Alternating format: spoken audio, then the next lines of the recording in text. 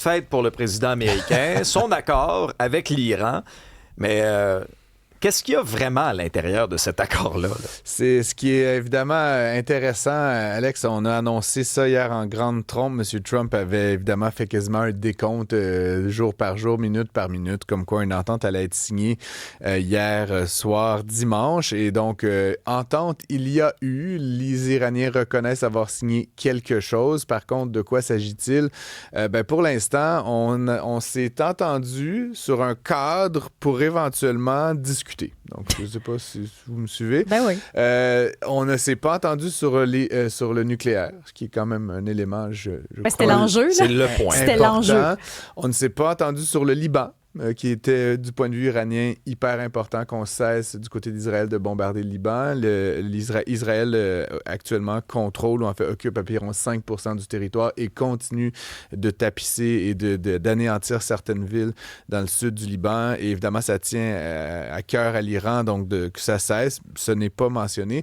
Et surtout, là, il y a évidemment le prix du pétrole qui nous intéresse. C'est une chronique économique, n'est-ce pas? Ça baisse, là. Qui a beaucoup baissé, Oh, là. oui. Donc, parce que les marchés pensent qu'il y a peut-être dans ce cadre de négociation pour éventuellement arriver à une entente, quelque chose de bon, notamment la réouverture du détroit d'Ormuz, qui semble vouloir se faire sans qu'il n'y ait, là, on avait parlé de péage ou de contrôle de la part d'Oman et de l'Iran. Ça semble pas être le cas.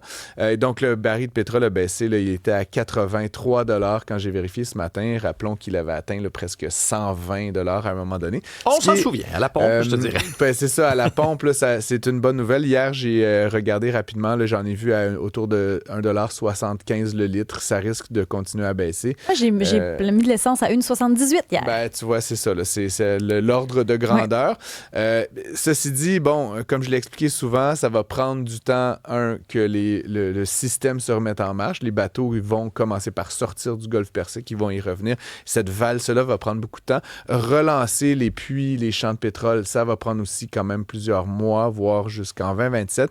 Donc, rappelons là, que le pétrole, avant toute cette excursion en Iran, était à 58-59 $ le baril. Là, il est à 83, qui est peut-être un genre de nouveau prix d'équilibre, ce qui est quand même 25% plus cher. Là. Donc, il va falloir voir, mais ça risque pas de rebaisser comme ce l'était avant. Et je continue de penser que le prix qu'on énonce, là, qui est un prix de contrat à terme, c'est un prix financier, c'est pas le prix dans la réalité, c'est pas ce que payent les importateurs de pétrole. Tu sais, la semaine passée, Francis, Trump m'a donné en point de presse, quand les chiffres de l'inflation sont sortis aux États-Unis, il était comme « Ah, moi j'adore ça, l'inflation. Oui, l'inflation, c'est merveilleux.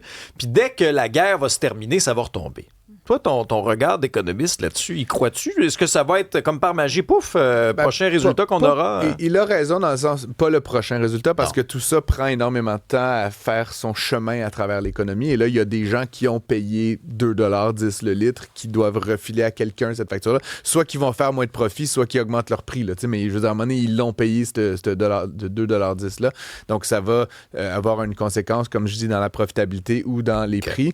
Donc, non, ce ne sera pas immédiat, mais il a raison de dire que oui, tac, ça va baisser. Bref, beau cadeau d'anniversaire là, pour le président Trump. Tu sais, des fois, dans le monde artistique, il y a des galas, il y a des trophées, mais au niveau de l'immobilier aussi, ils ont des galas. Mais là, il y a une courtière qui a été radiée à vie par l'OACIQ, qui est sommée de faire disparaître ces trophées. Rappelons Christine Giroir, là, qu'on a quand même bien documentée. Elle avait paru dans des émissions de télé là, qui encensaient ses grands talents de courtière. Évidemment, elle vendait beaucoup. Elle a gagné probablement sur le temps de sa carrière des millions de dollars de rétribution comme courtière. Sauf que ce qu'on a appris, puis ce qui a mené à sa destitution, à sa radiation finale là, par l'OACIQ, c'est qu'elle usait de tout plein de stratagèmes frauduleux pour faire augmenter les prix.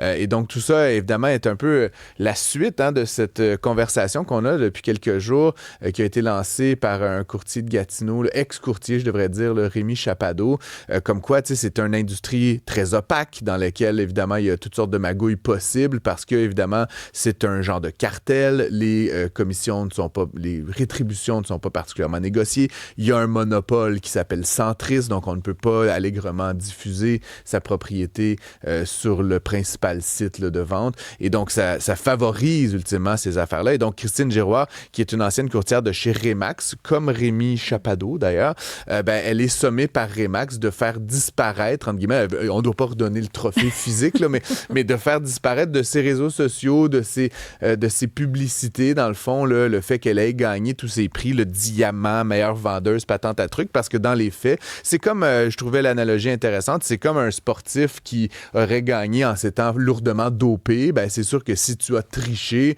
tu peux pas faire valoir tes médailles. Titre, là, Après, ça. la médaille elle-même, là, on peut la refondre puis en faire une nouvelle, mais le point était que ce qui est un peu particulier, d'ailleurs, Christine Giroir, elle se vend maintenant comme consultante pour montrer aux courtiers comment faire beaucoup d'argent. Mais ça, on la pénalise-tu là-dessus? Est-ce qu'on pourra la retirer de ça? On peut pas lui interdire de gagner sa vie, là, mais c'est quand même un peu singulier que c'est comme, je sais pas, le loup qui viendrait montrer comment gérer la bergerie. Là, mais encore une fois, elle fait ce qu'elle peut pour gagner sa vie maintenant comme consultante immobilière, mais donc le fait qu'elle se targue d'avoir gagné tous ses prix immobiliers alors qu'elle était dans une posture où elle limite la fraudait un peu là, ses clients et les acheteurs, je trouve c'est effectivement un peu particulier. Réaction texto concernant le prix de l'essence. Ça vient toujours soulever les passions. Magali dit à Saint-Jean-sur-Richelieu, il est à 1,63. À Sainte-Thérèse, Laura nous dit 1,67. Non, mais on part la semaine du bon pied. J'aimerais rappeler que kilowattheure est toujours 10 cents, hein, lui. Mais le prix du véhicule électrique aussi, pas permis pour tout le monde. Alors, repars-moi pas. Merci, Francis.